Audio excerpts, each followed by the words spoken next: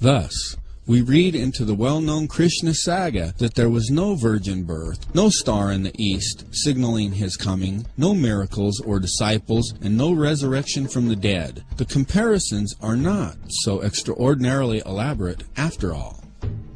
Robertson also stated, the case in favor of the assumption of Christian priority has been in a general way strengthened by the precise investigation of Hindu literature, which has gone to show that much of it, as it stands, is of far later redaction than has been once supposed.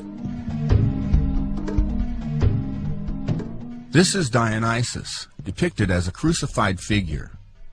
Timothy Freak and Peter Gandy feature a picture of this amulet on the cover of their book, The Jesus Mysteries. However, this amulet dates centuries after the 1st century AD. Concerning Dionysus turning water into wine, one historical and theological study explained. The ancient literature says that there was a spring with clear, sparkling, wine-colored, very pleasant-tasting water in which the newly born Dionysus was bathed. Also, a spring in the temple flowed with wine. At Elis, the priests of Dionysus placed 3 large empty cauldrons in a sealed room to find them filled with wine when they returned the next day. However, from these references, it is obvious that there are significant differences between the Dionysus legend and the story in John 2. The spring flowed with water, and the one at Andros flowed with wine, not wine that had once been water. And the empty cauldrons in the Elis temple were filled with wine, rather than water subsequently changed into wine, key elements in John's story. These differences have convinced most scholars that John or his tradition is not dependent on the Dionysus legend for this story. The available accounts of Dionysus's birth indicate that Dionysus was not born of a virgin. Again, there are multiple versions of this myth. In the best-known myth, however, Dionysus was born through an affair between Zeus and a princess. In another version, Zeus mated with his daughter, Persephone, and she bore Dionysus. In the first version, Dionysus was saved as a fetus in the underworld, and in the second, his heart was saved. Both the heart and the fetus were brought to Zeus, and Dionysus was born a second time by Zeus, making him the twice-born god. Thus, Dionysus was neither resurrected nor born of a virgin. This is Mithra, who was born when he emerged from a cave, not a virgin birth like Jesus. In his book, Image and Value in the Greco-Roman World, Richard Gordon writes that there is no death of Mithras, and thus there is no resurrection of Mithra. Even the Encyclopedia Britannica concedes that Mithraism could not have influenced the Gospel writers. It states, there is little notice of the Persian god Mithra in the Roman world until the beginning of the 2nd century, but from the year AD 136 onward, there are hundreds of dedicatory inscriptions to Mithra. This renewal of interest is not easily explained. The most plausible hypothesis seems to be that Roman Mithraism was practically a new creation. The 4 Gospels of Matthew, Mark, Luke, and John were written well before the close of the 1st century. If Mithraism wasn't even known in the Roman world in the 1st century, as the Encyclopedia Britannica stated, then it is misguided to suggest that teachings regarding Mithra influenced the New Testament writers. As for resurrections, academic scholars of religion acknowledge that there is no evidence for the belief that any of these mythical deities were believed to have risen from the dead prior to the time of the New Testament and Jesus. Dr. Walter Burkert, a Greek religion scholar and author, stated, there is no evidence for a resurrected Attis. Even Osiris remains with the dead. Any allegations of 16 other saviors who all resemble the same characteristics of Jesus is most likely based on the book entitled The World's 16 Crucified Saviors by Kersey Graves. This book is an unreliable source. Even atheist Richard Carrier criticized, "The world's 16 crucified saviors is unreliable, but no comprehensive critique exists." Most scholars immediately recognize many of his findings as unsupported and dismiss Graves as useless.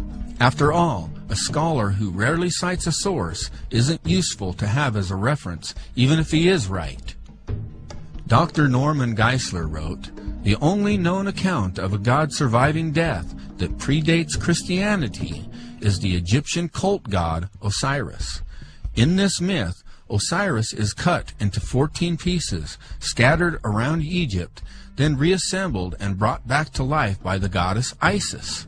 However, Osiris did not actually come back to physical life, but became a member of the shadowy underworld. This is far different than Jesus' resurrection account, where he was the gloriously risen Prince of Life, who was seen by others on earth before his ascension into heaven. Even if there are myths about dying and rising gods prior to Christianity, that doesn't mean the New Testament writers copied from them. Even atheists and non-Christian scholars have rejected this idea that Christianity has been borrowed from ancient myths. The well-respected Sir Edward Evans Pritchard wrote, "The evidence for this theory is negligible."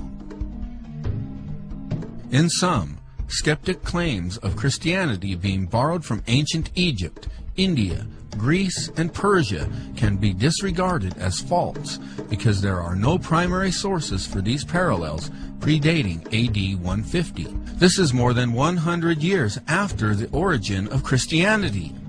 Before AD 100, all of the mystery religions were still mostly confined to localities, but after AD 100, they gradually began to attain popularity throughout the Roman Empire. Many writers used the late source material produced in this period, after AD 150, to form reconstructions of what they think the cults must have been earlier to their spread in the Roman Empire. So if there was any influence of one on the other, it was the influence of the historical events of the New Testament on mythology, not the reverse.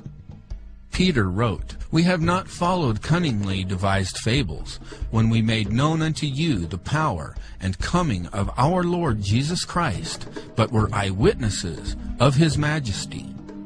Critics note that the sacred day of worship of the pagan god Mithra was Sunday, as if Christianity had stolen this Sunday worship. However, Jews and Jesus celebrated the Sabbath on Saturday, the seventh day of the week, just as God spoke through Moses. "Remember the Sabbath day, to keep it holy. 6 days shalt thou labor, and do all thy work. But the seventh day, Saturday, is the Sabbath of the Lord thy God." The early Christians worshipped Jesus daily, not just on Saturday and Sunday. And they, continuing daily with one accord in the temple and breaking bread from house to house, did eat their meat with gladness and singleness of heart, praising God and having favor with all the people. And the Lord added to the church daily such as should be saved.